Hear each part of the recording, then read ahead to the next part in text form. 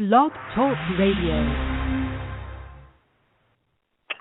Welcome to another edition of the Nickel Press Show, the Waiver Wire Start Sit edition. Week 6 is upon us this week. That's what we're talking about today. I am your host, Doug Moore, at DMooreNFL. I'm a writer over at Razzball and also a member of the Nickel Press Show, sort of affiliate. Mario is not here with us tonight. He has something called work or something like that, so apparently we will be going without him. But tonight we are joined by a special guest, Richard Janvrin. He writes over at Bleacher Report. He is a Phoenix football writer there. So it'll be me and him tonight. Richard, how are you? I'm good, man. Thank you for having me on.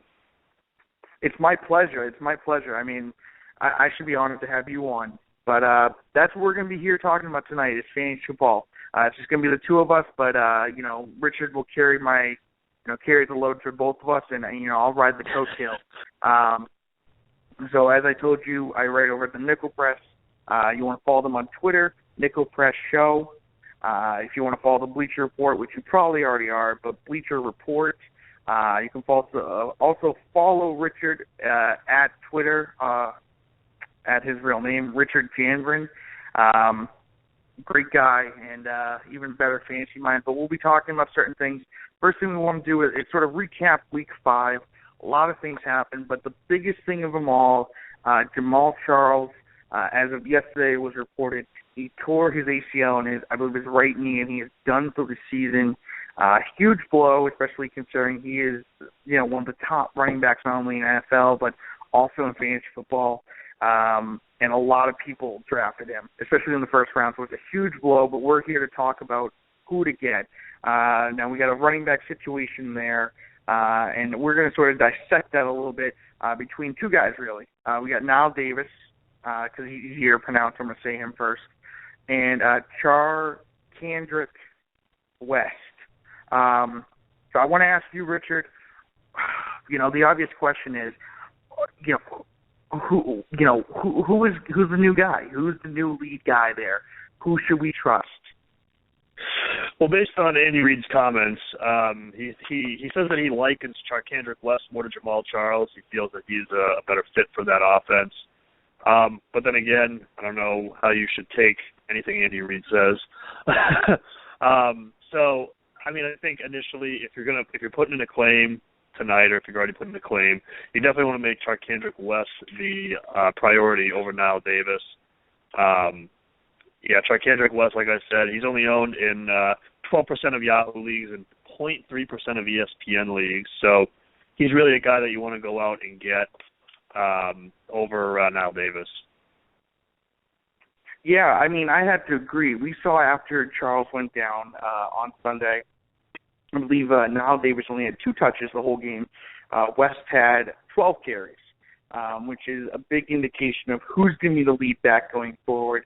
I remember reading something a few weeks ago before this all happened that West had passed Davis on the depth chart.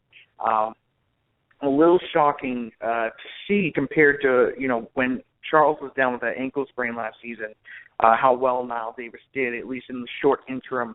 So if West is better than Davis, I can only imagine what kind of damage he could do. I definitely agree. He's definitely your top waiver wire ad this week. Want to ask you, Richard, there are reports yesterday that the Chiefs had a couple of running backs in to work out, Ben Tate and Pierre Thomas. I don't think we've heard anything yet as if any of them were signed. Is that a concern? Do you think that they're trying to get somebody because they don't trust West or trust Davis, or because they need another running back, maybe a veteran presence, considering how young both these guys are? Yeah, I think they're probably just looking for a more stable option out of the backfield. Niall Davis, he hasn't really been that good in his career. Charcandrick West, I think, has like 12 lifetime carries or something like that. So the Pierre Thomas one kind of makes sense to me. I also, amidst the whole PR nightmare that it could be, I think Ray Rice should be a guy that they reach out to. I think that from a football standpoint, he may be their best free agent option. But out of those two guys, I would be more happy with Pierre Thomas, of course. Yeah, I'd have to agree, and that really speaks to, they had two kind of guys in there yesterday working out that really are opposites. Ben Tate isn't really known much as a receiving running back, and he's really faltered in his chances that he's had ever since he left Houston. I know he had a stop, I believe, with the Browns. He was with the Steelers a little bit, and he has floundered ever since. Pierre Thomas, for some reason, is still unsigned. I think he was ready to sign with Houston, but I guess he was asking for too much money. But nothing yet, so maybe they won't actually go after somebody. Ray Rice is an interesting option. I'm still wary about him. Even before he, the whole, domestic abuse, video sort of thing came out, he was having a bad season in terms of what he'd done. So that's a concern. It's also been another year since. But definitely I would say, and I think Richard can agree, Charkander West is the best guy to own. I think he's an immediate starter. Just want to ask you real quick, do you think he's someone you could throw right in, not maybe as your top running back, but a running back 2, maybe a flex play? Do you think he'll have the impact, come, Sunday? Yeah, I think as of right now, going into week 6, I think he's more of a flex play. It's kind of a wait and see it's kind of a wait and see with Charkander West. I think you should add him. But we know Andy Reid, and for some reason he does some of the most baffling things I've ever witnessed a head football coach do. So it's going to be interesting to see how they utilize Charkander West now with Charles out. Do they bring back DeAnthony Thomas back into the backfield and use him as an option? What exactly is Niall Davis's role? So I think that, if you're looking for an immediate option for this week, Charkander West is a flex play, but I don't think he's really anything more than that right now until we see what he can do. Yeah, it's sort of a wait and see, like you said. I couldn't have said it any better myself. But every indication, whether it's playing time, touches, or Andy Reid's comments, it seems like Charkander West, at least for week 6, is going to be the guy who's going to lead the Chiefs in carries. Now, granted, like you said, he's made some bonehead moves, like for some reason underutilizing Travis Kelce. So it's a wait and see. Want to also get into a rookie running back who, for some reason, keeps struggling, even though he's had multiple opportunities. And, he came out of college, a lot of hype and a really good production in college. That's Amir Abdullah. And I know we talked, and I know you said that you were really interested and really wanted to talk about this. So I want to give you the floor. What's going on in Detroit? What to do now? Well, I don't really know. I don't really understand the Amir Abdullah hype. The guy doesn't get the ball enough to really do anything. I think that long touchdown he had in week 1 has made everybody all of a sudden just fall in love with the guy. But the guy to own in Detroit is honestly Theo Riddick. If you look at the Detroit Lions, they've been playing from behind a lot of these games. They were in a close game with Seattle, but they're mostly playing from behind, as you saw in week 5 against the Arizona Cardinals. Just look at this disparity here. In ESPN leagues, Theo Riddick is owned in 15.2% of leagues. Amir Abdullah is owned in almost 90. I don't get why everybody is so in on Amir Abdullah.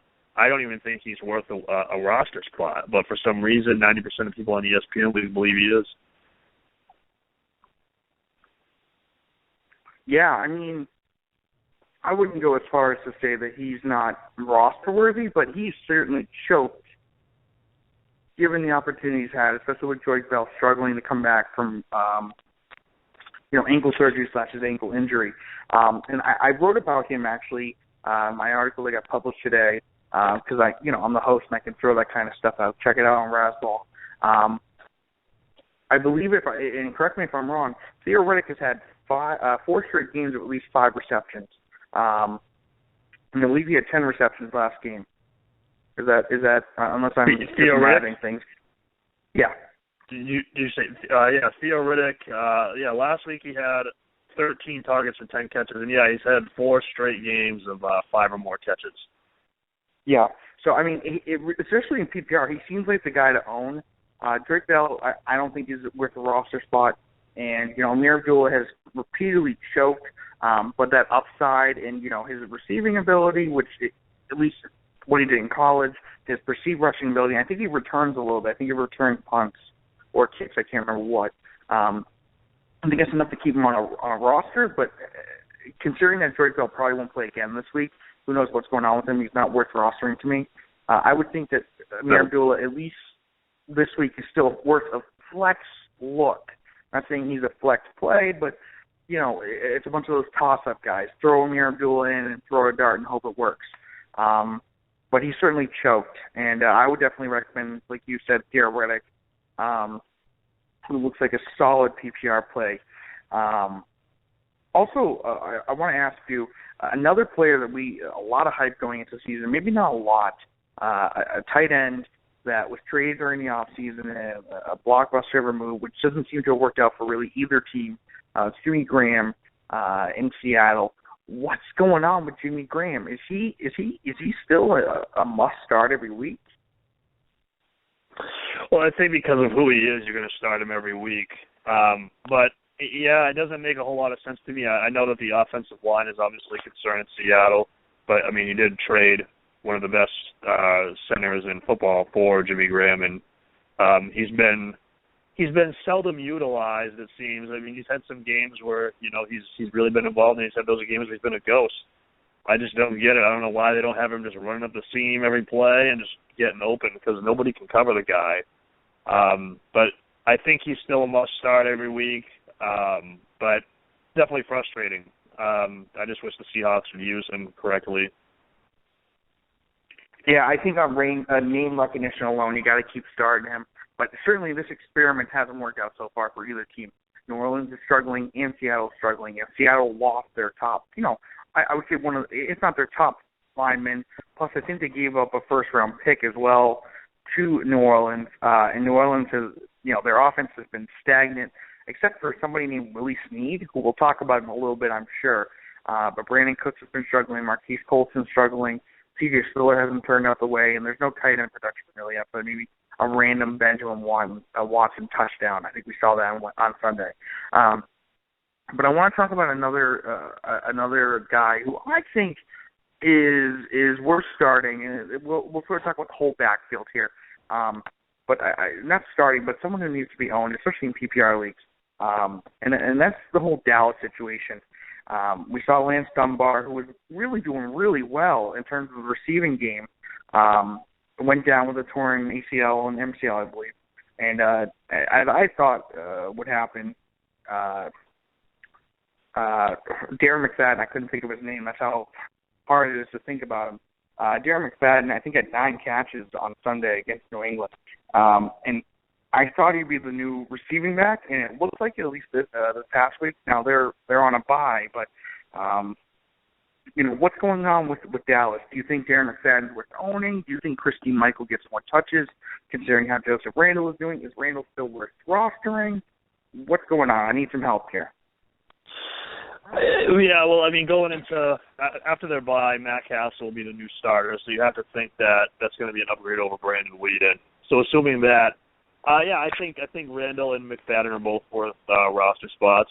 Christine Michael, I mean, everybody loves him, but it doesn't. I don't know. I mean, he's just not getting any. He got 1 carry last week, like you mentioned with McFadden. He had 9 receptions. And that probably had a little bit to do with the fact that they were losing like 173-0 at halftime. That's my Patriots. And Joseph Randle still had 4 catches too. So I definitely think Randle is obviously the more reliable guy that you want to own. But I mean, I think that we could start to see that if the Cowboys fall behind big, that McFadden could have a bigger, more prominent role in the passing game. Yeah, and you have to think, Dez Bryant could be back as of Week 7. Tony Romo's a little bit farther away. I think he's eligible to come back Week 11. But I also want to douse the fire, or at least the dwindling flame on Christine Michael's hopes. I think, if I'm mistaken, he's had 2 in the past 2 games. He's only had 1 carry each, and he just looks like he's literally that very small change of pace guy. And I just don't think he's going to be much. Now, I'm not saying he's not worth something in, say, Dynasty, but at least for the time being, there's just not much for him to do, and it's not much for owners to hold on to. That's at least what I think. But I'm glad to see you agree. Another top injury that I guess a lot of people have to be concerned about, considering he's supposed to be playing 2 days from now. Julio Jones hurt his hamstring last week.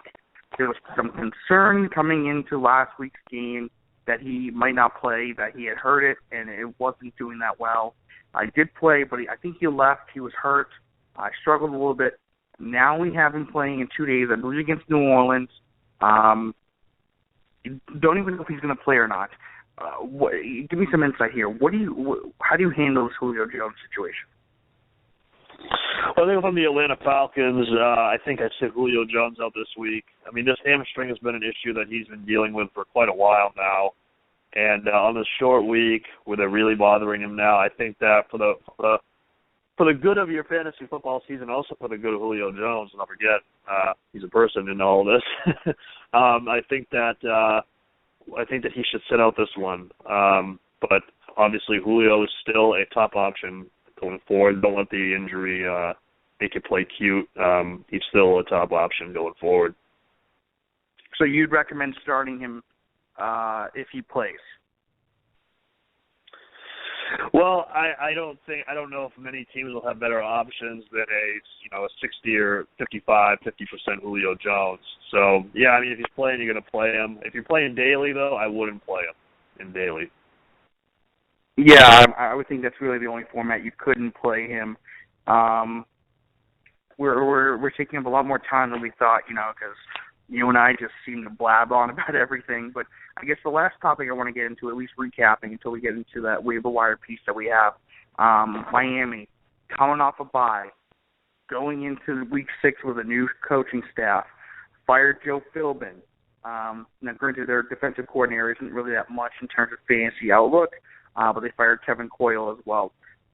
Any hope? Any hope for, Lamar Miller, Ryan Tannehill? I would think Jarvis Landry's pretty safe, but you can answer about that too. But really, Tannehill and Lamar Miller, who were expected to be really good at their positions in terms of fantasy this season, is there any hope for them? Do you think that this coaching change helps them? Well, it's kind of tough to say. I mean, I know that Dan Campbell is a respected guy within the Dolphins organization. I mean, how could you not respect him? I mean, if you talk badly to him, he might eat you. I mean, he's the type of guy, I think that instead of a red challenge flag, they're going to have to put somebody in a red windbreaker so you can throw them out on the field to challenge a play. So, I think, Lamar Miller, I think they can only go up from where they're at. I think that's fair to say. I mean, they're pretty bad as of right now. I'm hoping, though, that where he's a tight end coach, that might translate into more looks towards Jordan Cameron, who's been a very frustrating tight end option this year. I should know. I have him in a couple of leagues. So, yeah, I think they can only go up from here. I mean, they've been absolutely horrible up until this point. Yeah, I think that, at least Lamar Miller is a good buy low candidate. He hasn't really done much, but as you said, you really can't go down from here. You can only go up because they've been pretty bad. And as a football fan is in terms of producing fantasy players that are worth, looking at besides, I guess, Rashard Matthews and, Jarvis Landry, of course, but, So I want to sort of get into sort of more about the waiver wire piece. We talked about Charkandrick West. Obviously, he's worth a pickup. I think Niall Davis is also worth a pickup because you never know what could happen. But my favorite guy besides those two, and I'll be the first to admit it, is somebody from the Browns, and it's just Gary Barnidge. I can't help but be excited about him because he's been so good lately. And I sound like a schoolgirl a little bit. But 3 straight games with a touchdown. Again, especially against a defense that gave up, I think, only 8 catches going into that game and no touchdowns, like 80 yards to a tight end previously all season. So I don't know about you, but I'm really excited about Gary Barnidge. I think he's a must-own. I think he's almost a must-start considering the lack of depth in fantasy football for tight end. What do you think? Absolutely. Gary Barnidge is a guy that you need to have. I think he's a tight end one. I think that we're seeing that. And, I picked him up a couple weeks ago. I think that he should already be owned by pretty much everybody at this point. He's definitely a tight end one moving forward. And, his nickname, Barnyard Barnidge, 8th year in the league. You got all of those 8th-year breakout players. So, yeah, I think, like I said, I'm excited one moving forward. Don't hesitate on him. Yeah, I don't think it hurts that Cleveland's defense is just not producing right now, and they're forcing to have to pass a lot. We saw Josh McCown, of all people, throw for 457 yards last week. And I'll be talking about him in a little bit. But, yeah, I definitely think he's someone that could easily be started every week, unless, you got, like, Gronk or somebody like that. But Gary Barnidge is quickly becoming, the new Larry Donnell almost. I mean, I don't know if that's the right term, but someone who, tight end that nobody knew about, nobody thought about, and just bam, he's on the map. I don't think there's any chance of him slowing down. Besides, Travis Benjamin, there's no passing options. Maybe Duke Johnson, who's still trying to figure out his role. But Gary Barnidge is definitely someone I think needs to be owned and could easily be started every week. Another guy I'm actually trying to grab in a few leagues, I don't know about you, Jamison Crowder, rookie out of, I believe, Duke. I think he came from Duke. He's with the Redskins. The Redskins have faced a few injuries. They lost Jordan Reed last week, didn't play. Deshaun Jackson's been out since week 1. And Jamison Crowder has taken over that excuse me. He's taken over that slot position. Even with Reed and Jackson coming back, relatively soon, at least a lot of people hope, is Jamison Crowder still fantasy worthy? Well, I think if those guys come back, he'll definitely see his snaps diminish. You look over the past 3 games, he's played in a very high percentage of the team's snaps. Look at weeks 1 and 2, he barely made it to double-digit snaps. So I think if you get Reed and Deshaun Jackson back on the field, I think that he'll definitely take a hit in terms of snaps, which will lead to less opportunities, of course. So I think you should just enjoy him while you can, because I don't really know how much of an option he'll be once those guys come back. Yeah, I would think if anything he deserves, if there's any sort of format that deserves a look for him, it's PPR. He's a slot receiver. Absolutely. We've just seen him. He's done really well in the past 2 weeks. Now, granted, Deshaun Jackson's been out since week 1. Jordan Reed went down last week. Pierre Garçon is not the receiver we had hoped after we saw him lead, I think, the NFL in receptions only a few years ago. I think, does he have a chance to be somebody who can fill in for a bye week? Maybe. But it'll be interesting to see when both of those other guys come back. Washington, real quick again. What about Chris Thompson? Chris Thompson, I think, is quietly, put up more points in the last 2 weeks, or if not longer, fantasy-wise, than both Matt Jones and Alfred Morris, or at least competing with them. Is Chris Thompson someone worth looking at in PPR leagues? Yeah, PPR leagues is definitely worth a look. He seems to be the primary the pass-catching back for the Washington Redskins. He's actually been out-snapping both Matt Jones and Alfred Morris. And Matt Jones is dealing with an injury now. We're not sure of the severity of that yet. I think if you're looking for the runner of the Washington Redskins, that's Matt Jones. But definitely in PPR, you definitely want to consider Chris Thompson as an option in PPR. Yeah, everybody's darling Matt Jones. He had a really good week, and I had him in a few leagues, but I'm almost prepared to drop him. I dare say this, but I am considering dropping C.J. Anderson in a few leagues. A moment of silence for C.J. Anderson. Okay, so I want to ask you about another running back. Now, granted, this has been a guy that's been going on for a while, but he hasn't really been getting a lot of mainstream. I guess I'll throw him in because, there's some people that are going to yell at me if I don't. Ronnie Hillman, I know he's injured. I don't know how the severity of his injury is. Is he worth owning? Outside of that, I think a big run he had of 75 yards. He's had like a 3.13 yards per carry. What do you think about him? No. After this week, I think this is the last week to kind of give the Denver running backs an audition, so to speak. They're playing the Cleveland Browns, who are by far the worst unit against running backs in the league. So, if they don't do anything against the Browns, yeah, get rid of them. I'm a C.J. Anderson owner myself, and this is literally the last chance he has. So, C.J. Anderson, if you're listening to this, you better do something, man, or you're out of here. You know, there's nothing else. Yeah, there's nothing else. Pack up your bags, because I've been carrying you're you out too of here. long. I had to try and activate the C.J. Anderson Brigade, and I think the clubhouse has been destroyed. It really brings me a lot of sorrow, because I had a lot of high hopes for him. So maybe he'll prove me wrong, please.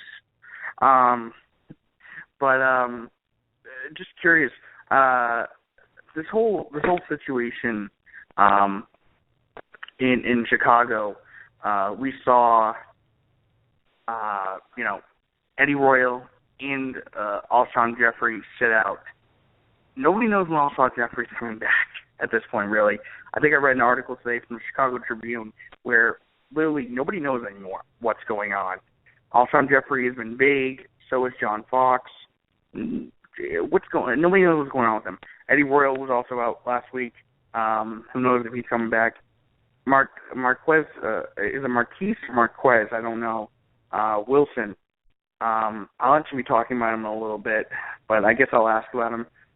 Is he suddenly back on the fantasy radar that someone should be targeting him? I know my answer, but I'm just curious about yours. Well, Marquise Wilson. Yeah, I think, as long as Alshon Jeffrey seems to be out, and like you said, John Fox has been very shady and saying our medical people are doing everything in their power to get him back on the field. Well, that doesn't really help us out, John Fox. But Eddie Royal, I think when he's on the field, he's obviously the guy. I think, with both of them out, obviously Marquise Wilson is worth a look. I think he's a solid daily play when both guys are out, and I think he's worth a play in your leagues as well. He's kind of a hit-or-miss guy, though. I think, obviously, Martellus Bennett and Matt Forte are the primary pass catchers in that offense. But you also got to take into account, too, in Week 5, the Chicago Bears play the Kansas City Chiefs, who are the worst unit against wide receivers in all the National Football League. So, obviously, Marquise Wilson was a product of that. Moving forward, it'll be interesting to see how they utilize him. I definitely think that you could see a lot of Matt Forte and Martellus Bennett until Alshon Jeffrey comes back. Awesome. Yeah, it's really helped Matt Forte, who I was a little down upon this season. I don't own any shares of him reluctantly, but he's continuing to prove people wrong.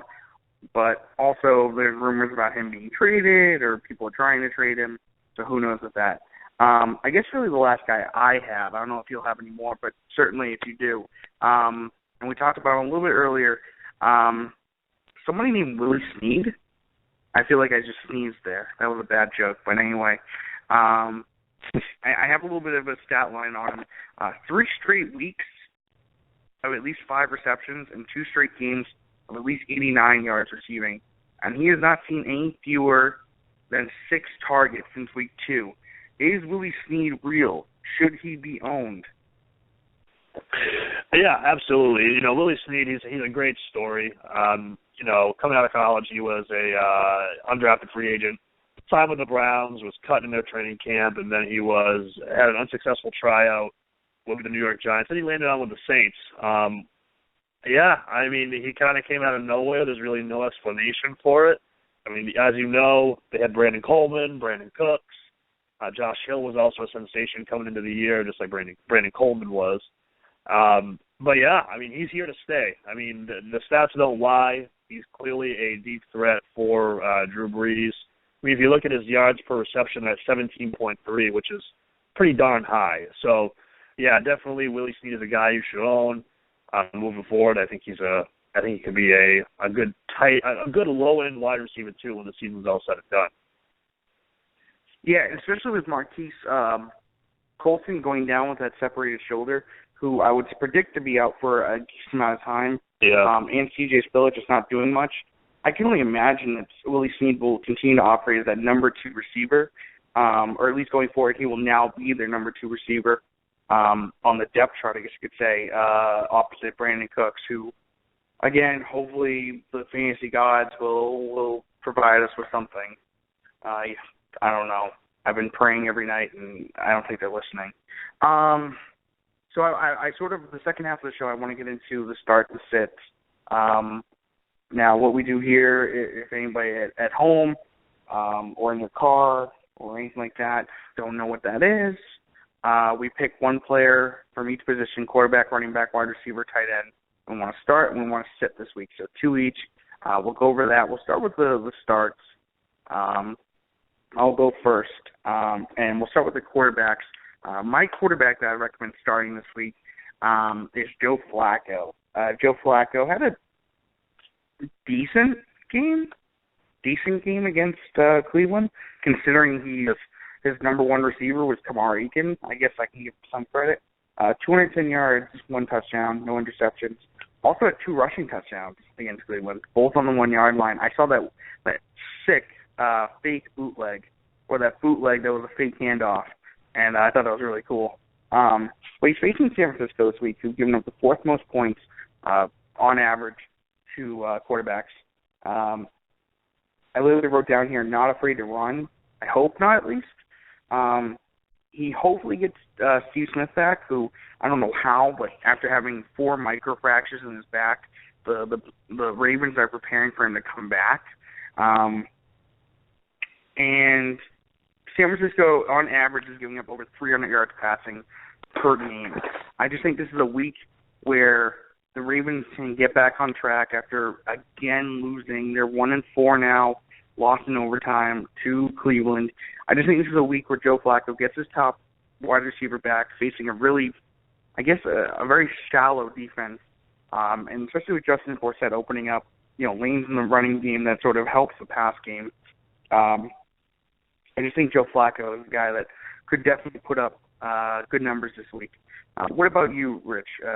Who is the quarterback that you recommend starting this week? I can't believe I'm honestly saying this, but I'm going to go with the quarterback on the opposite side in that same game, and that's Colin Kaepernick of the San Francisco 49ers.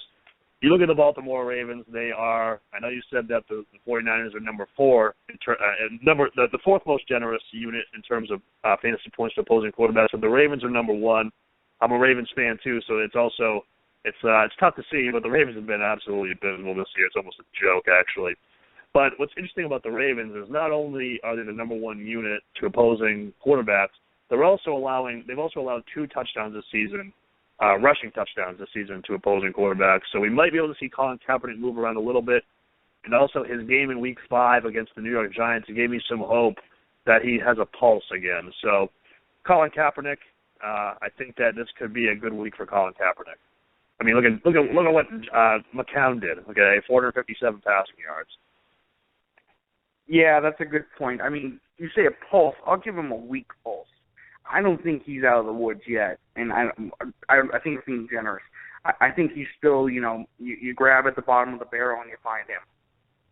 But yep. Maybe he has a good week this week. He definitely has a good matchup, like you pointed out. I want to go into my running back situation, the start running back this week. Now, hopefully this is a guy that you're starting every week, but I've noticed people are concerned about him. I'm here to set those straight. That's Mark Ingram. Mark Ingram last week ran for 57 yards on 12 carries and caught 2 catches on 3 targets for 17 yards against, I think I said Philadelphia. Yeah. Facing Atlanta, who's given up the 3rd most points to running backs on average in standard leagues. And I found this interesting. Atlanta has still given up the most rushing touchdowns to opposing running backs with 8. And they've also given up the most receptions to running backs as well. Now, I found this really interesting. C.J. Spiller is struggling, as obviously, but Mark Ingram is second in terms of all running backs in receptions. I believe he has 27 receptions in 5 games, and he's the second most behind, I think, Theo Riddick in terms of receptions for running backs. So I just think this is a really good week, a really good matchup for him. There are some people that are concerned. I wouldn't be concerned. I think he's really one of the more safe bets going forward. But if for some reason you're unconvinced up until this point, I'm telling you, start Mark Ingram. What about you? I'm going to go with another running back who you kind of mentioned it with Mark Ingram, a guy that he's a prominent running back in the National Football League, but for some reason people are starting to get a little worried about him. And that's Eddie Lacy of the Green Bay Packers. You look at last year, he had a similarly slow start, and out of the gate he's had another slow start. But he takes on the San Diego Chargers, who have been absolutely horrible against opposing running backs. You look at week 1. I'm just going to go. This is in order in terms of points per reception league, points allowed. They were the RB. They gave up to Amir Abdullah. He was the RB9. To Gio Bernard in week 2, the RB8. In week 3, to Adrian Peterson, the RB7. In week 4, to Duke Johnson, the RB3. And they also, Isaiah Crowell was the RB17. So 2 top 20 running backs for them. And then, as we saw on Monday Night Football last night, Le'Veon Bell, the RB6. So really, no guys have been less than top 10 outside of Isaiah Crowell against the San Diego Chargers. So I think that this is the week where you could see Eddie Lacy break out, and I also think this is the last chance you have to buy low on him. So if you're listening, go out there and get Eddie Lacy.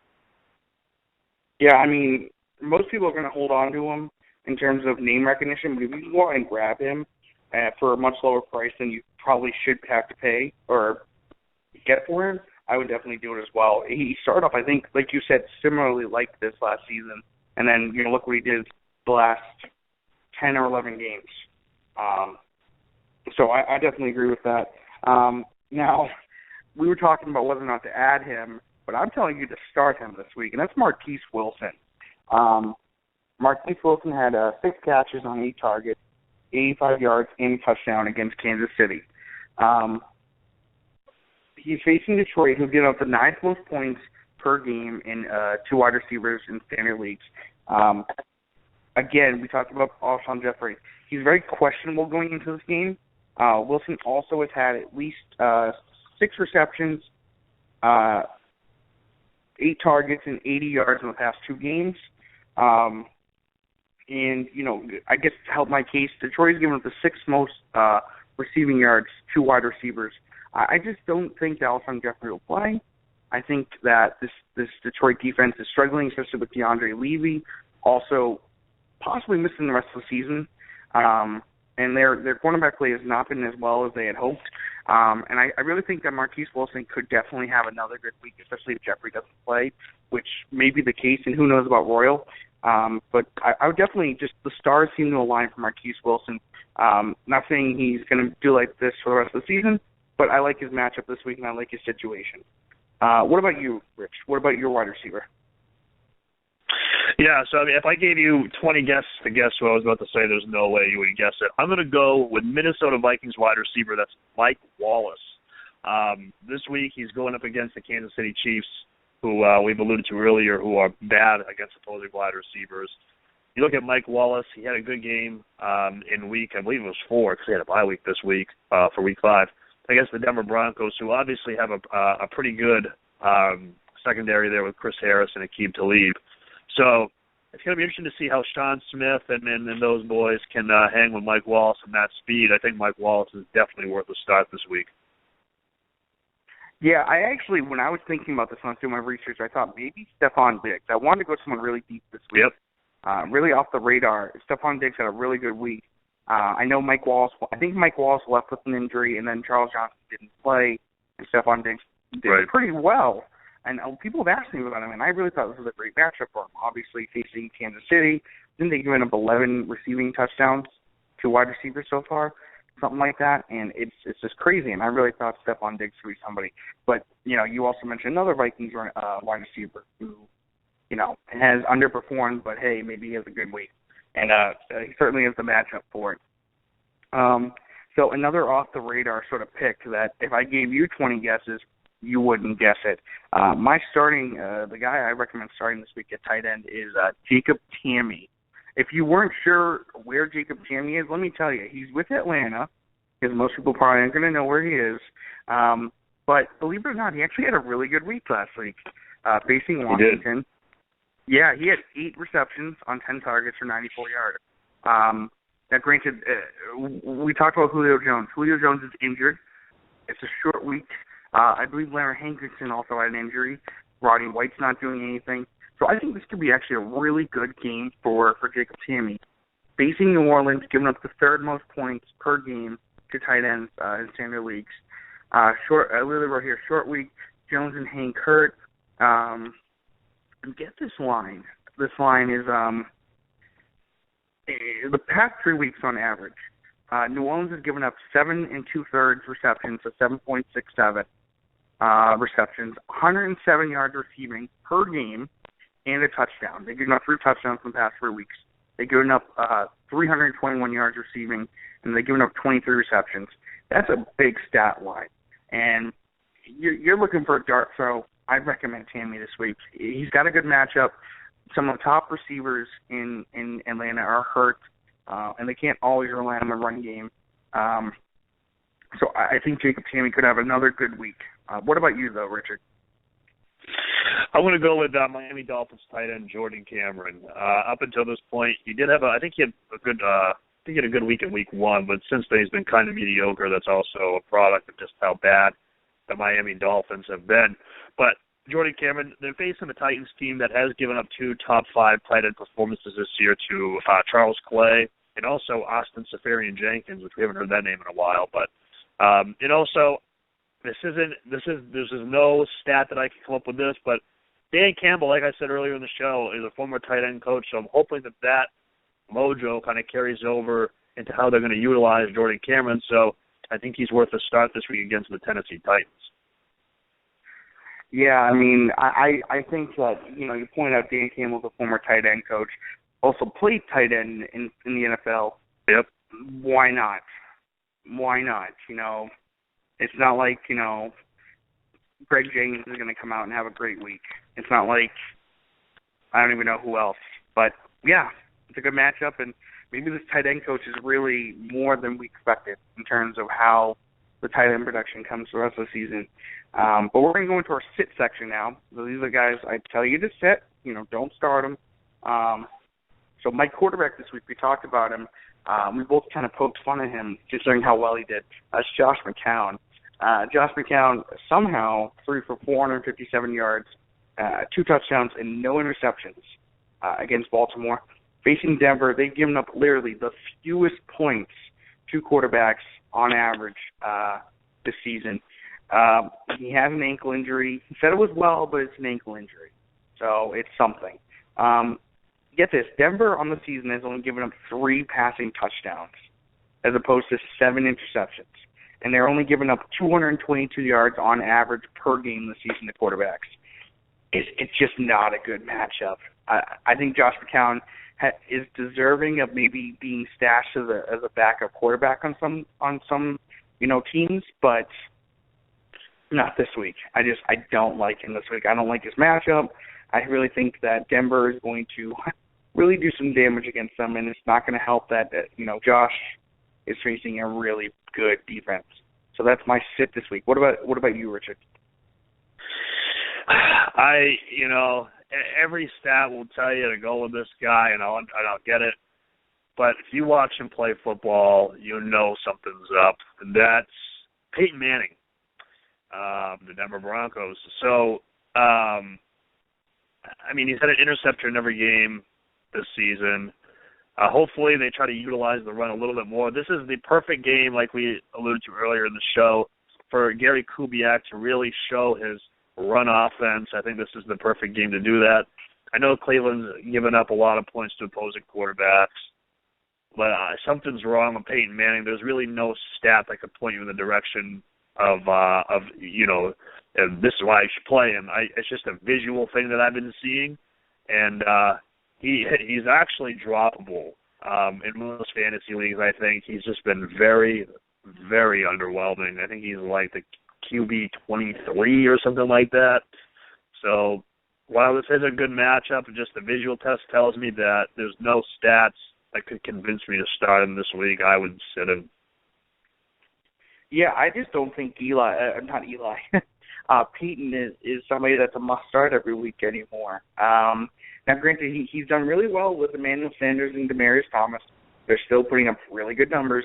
But, yeah, there's just something off. It's his neck, it's his age, it's his O-line, who knows. But something's going on there.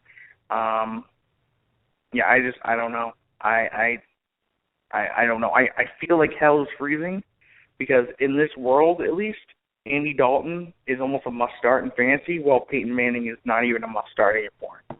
I don't even know what's going on, but I feel like something bad is going to happen to this earth because Andy Dalton is doing well. I hope you're listening. Stop it. Moving on to running backs.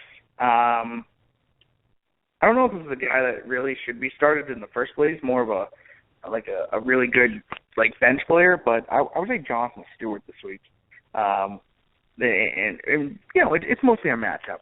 I was on bye last week, but he's facing Seattle. Seattle's given up the fewest points to running backs on average in standard leagues. He has not exceeded 62 yards rushing in any game this season, and he has scored 0 touchdowns, whether it's receiving or rushing. And Seattle has given up 0 combined touchdowns to running backs all season. And they are only allowing 3.54 yards on per carry to running backs this season. I don't know. I don't like this matchup, and I don't think Jonathan Stewart is a guy that probably shouldn't be started in most leagues anyway. But if you weren't sure, now you are. What about you, Richard? I'm the same guy, Jonathan Stewart. He's been horrible. I mean, he's averaging right around 15 carries a game, and the dude has just not done anything with it. You kind of brought up every point that I was going to bring up. I think, again, Jonathan Stewart, another guy, just get rid of the guy. He's horrible. Horrible. Yeah, I think I thought he had really good an opportunity here, considering that when D'Angelo Williams wasn't playing, Jonathan Stewart always did really well, and now all of a sudden he's not. Don't start him. We both said that. My wide receiver this week is probably a guy that you would, if anything, tell everybody to must start every week. But I'm going to be a little bold here. There's nothing. Well, there's some things proving that you shouldn't start him this week, but that's James Jones. James Jones. Only 3 targets last week, but made the most of it. 2 catches for 77 yards and a touchdown against St. Louis. Facing San Diego. Now, they have a really bad run defense, but they have a really good pass defense. Giving up the second fewest points to wide receivers on average in standard leagues. Jones only saw 3 targets last week. Adams may be back. Who knows? But that wouldn't help anything. And I'm trying to think. I'm reading what this says. San Diego has given up 1 touchdown to wide receivers in the past 3 weeks. That's it. 1 touchdown. And that's what James Jones does. He scores touchdowns. Not saying he's going to get 200 yards receiving, but he scores touchdowns. And with Jason Verrett and Brandon Flowers both playing, really hard to see that. And, Aaron Rodgers is overrated. He threw 2 interceptions last week. How can you trust the guy? I don't know. I think Aaron Rodgers is way overrated and he's past his prime, all that crap. But yeah, I would sit, in all seriousness, James Jones this week. What about you, Rich? Doug, you thought you were going bold with James Jones. I'm going to go bolder. Much bolder. This week, sit down Antonio Brown. Okay, that rhymes. Whoa. I didn't mean to do that on purpose. Yeah, sit down Antonio Brown this week. Okay. Vic, are you okay? He's just. The whole Michael Vick thing is real. Antonio Brown isn't the same guy with Michael Vick. Obviously, you're probably not going to have many better options, but you know what? I decided I needed to have a really bold pick for the show. So I went with Antonio Brown. Obviously, he's could be the consensus number 1 wide receiver amongst a lot of boards, amongst everybody, amongst everybody's boards. But they're facing the Cardinals this week, kind of middle of the pack in terms of points given to wide receivers. It's real. What's going on with Antonio Brown? No touchdowns with Vic. I think he obviously his streak of 5 catches for 50 more yards broke with Vic. It's just he's a guy that you're going to start because of the name, but the production isn't there with Vic. And Big Ben is a quote unquote long shot to play. I think until Big Ben gets back, Antonio Brown's one of those guys where you can kind of be like, should I start this guy or Antonio Brown? And Yeah, it's unfortunate, but Michael Vick, it's real. With Michael Vick, Antonio Brown just isn't that good. Yeah, I think along with PETA, I think fantasy football owners hate Michael Vick now. We said PETA. But yeah, I'm really hoping that this long shot turns into for Big Ben. I really hope he does play because Antonio Brown owners seriously need him, and even Pittsburgh fans need him because Michael Vick is just I don't know. He was never that prolific as a passer, but this is embarrassing. I saw a few of those passes last night where they were literally like 5 yards short of a wide receiver. I don't know. And I own him in a few leagues in terms of Antonio Brown, and I'm really scared because he was that sure ticket. If anything coming into the season, he was the most safe player. And he just, I don't think he's caught 50 yards in terms of receiving since Michael Vick started playing, which infuriates me. But enough about that before I get really, really mad. I want to get into the sit for tight ends this week, and I don't think I can beat your bold, but this is somebody I talked about earlier, and I'm going to stick with it, and nobody can tell me otherwise. Sit Jimmy Graham this week. Sit him. 3 catches, 5 targets for 30 yards against Cincinnati. He is facing Carolina. Carolina has given up the second fewest points to fantasy tight ends on average in standard leagues. This is the stat line this is the stat line that Carolina has given up this season to tight ends. 9 catches, 93 yards, and a touchdown. That's it in 4 games. Now Gronk has probably surpassed that in like 3 games already.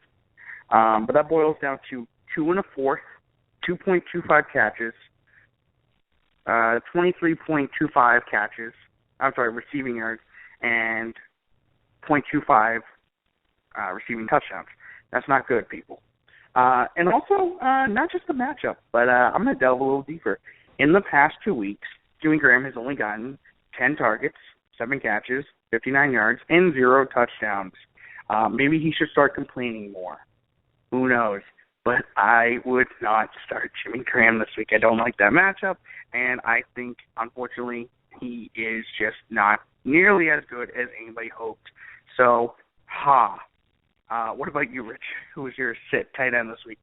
Well, it's funny. I almost went with Jimmy Graham, but I had to go another Pittsburgh Steeler. As a Ravens fan, I don't get many chances to trounce on the Steelers because they're obviously better. I think they're a better team right now than the Ravens. But I'm going to go with Heath Miller. It's obviously not a very bold call, but I think pretty much any Steeler except for Le'Veon Bell is just worth sitting down. With Vic, he's had 4 catches for 47 yards and hasn't scored a touchdown. I know in some deeper leagues he could be, one of your main options, so he's not worth a start this week. Yeah, I don't think he's worth a start in any week, but yes, true this week. I didn't even realize specifically this week this season. I didn't realize Heath Miller still played. Well, I'll have to look at some things again. I did not realize. No, I'm kidding. Yeah, Heath Miller. No. If I'm telling you Jimmy Graham, then easy. Heath Miller sit. Like, drop him. Oh yeah. So we have a little bit of extra time. So I guess I want to ask you this. I want to see if you can give me this. I want a bold prediction. I want a bold fantasy prediction this week, whether it's good or bad, to a good or bad fantasy player. Fantasy player. Give me something really bold. I need something really. You got me with the Antonio Brown thing. I want to hear what else you got on me. And you can't mention Antonio Brown. What's a bold prediction you got this week? A bold prediction this week. Oh shoot, this kind of put me on the spot. I don't think. I know. I'm throwing a curveball at you. People, this was not scheduled. I did not ask him for one of these. Especially considering he can't talk about Antonio Brown. This is going to be really, really hard. But while he's thinking of one, I'll give you one. I'm formulating one in my head. Okay. I got one. So talking about Mark Ingram, a guy I told you to start this week. I'll tell you another reason why I start him. I think he goes over for at least 125 yards combined and at least a touchdown this week. Then when I say combined, obviously between rushing and receiving, you know what? No, I'm going to get bolder. 150 yards. 150 yards combined and a touchdown this week against Atlanta. And that's 2 nights from now. So if I'm wrong, you can tell me about it, but I'm not going to be wrong. Any thoughts now, Rich? You got any bold predictions for me? Yeah, I got one. You may not have me back on the show after this one, but hey, you said a bold prediction, and after my Antonio Brown, I have a title that I have to keep now. That's the bold predictor. So I say 350 total yards and 4 total touchdowns for Colin Kaepernick. He's doing it this week. Colin Kaepernick is gonna run. He's gonna throw. I think he's gonna have a rushing touchdown and 3 passing touchdowns against the Baltimore Ravens. I'm looking up psychiatrists right now. I think you might need to be evaluated. You are saying this about Colin Kaepernick and also telling people to sit Antonio Brown. I don't know what's going on here, but I think you need to, like in the concussion protocol, you need to be cleared by an independent psychiatrist before you're allowed to talk about fantasy football anymore. No, I'm kidding. He's obviously a great guy and a great fantasy mind. So if he says so, do it. But I have better options at quarterback. So, but Colin Kaepernick, if anybody needs somebody. So it's going to wrap it up here for us this week. I want to make a few shout-outs first, sort of do a little promotion, do a little marketing. My marketing department's getting on my behind. So make sure you follow the Nickel Press on Twitter at Nickel Press Show. Be sure to check out our YouTube channel, Nickel Press. Just type in Nickel Press Show. We will find it that way. We got tons of videos coming out. We're going to have a new show with Andy and Tahal coming out on Thursday. I don't know if Andy is doing his Talking Einstein or Hanging Einstein this week, but he might. Be sure to check that out. It's been a huge hit so far. We got our Sunday show, of course. Make sure to follow Rich. Make sure to follow Rich on Twitter. For some reason, he writes your Bleacher Report and only has 2,000 followers. It should be like 5 times that. Make sure you follow him on Twitter at Richard Janvrin. And make sure, while you're doing that, if you're not already, which it's a crime if you haven't, follow me on Twitter, DMoreNFL. And obviously, again, if you're not already, you probably should be, but you probably are. Follow the Bleacher Report. Follow Bleacher Report on Twitter. I think they have 1 million followers, but what's another 3 billion going to hurt? But that'll do it for us here this week. Good luck this week in terms of Week 6. Thanks for coming on, Rich. It was a pleasure. We'll talk about maybe you coming back. We'll see. Not sure. No, I'm kidding. But this Antonio Brown and Colin Kaepernick thing has got me worried, if you're telling me so. But that'll do it for us this week. Good luck in Week 6. Be sure to tune in next Tuesday. And, good luck to everybody, and have a great night.